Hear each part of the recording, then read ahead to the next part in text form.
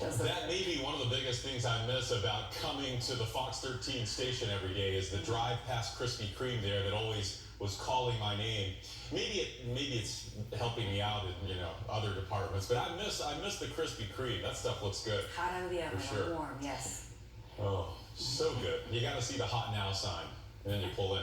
If you're looking to get out and do something fun, not donut related, but you're not ready for crowds, there are some options in the area. Our Chip Brewster is in Ruskin today to show you one of them, Latitudes Tours.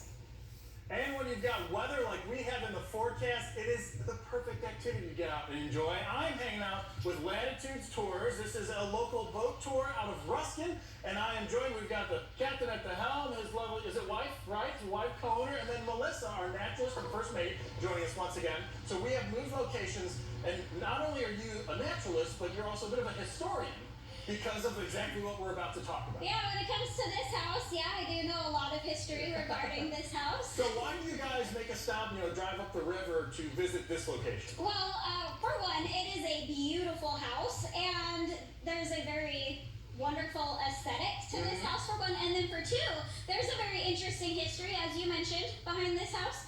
This house actually used to sit 25 miles south of here in Palmetto. What? Really?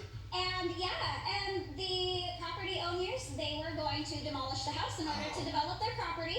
And there was a couple living here. They didn't want to see it be demolished, so they actually paid $1 for the house and barged it on over here. Wow. I feel like there's probably a lot of surprise by people when you tell them about that. Some people do not believe me. They laugh at me thinking I'm being sarcastic, so I bust out the pictures. So you have some photos of the house being moved by barge? We do have photos. Give me a bit more of the background of that, like when that was, the process, just whatever you know. So the house itself was built in 1910, and then it was to be demolished in 2006. So that's when they lifted it and barged it over here.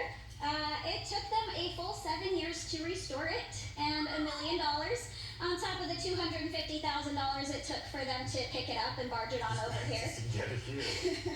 They were going to turn it into a bed and breakfast, but they decided not to do that because it was too much work running 2 bed and breakfasts. Okay. So they put it up for sale, and the current owners are actually living here now. Beautiful. Now, along the way, you keep that naturalist title intact, and you guys try and spot some nature around us. What are some of the things that you guys typically see on your tour? We see dolphin, manatee, lots of pelicans. We see fish hawks or osprey.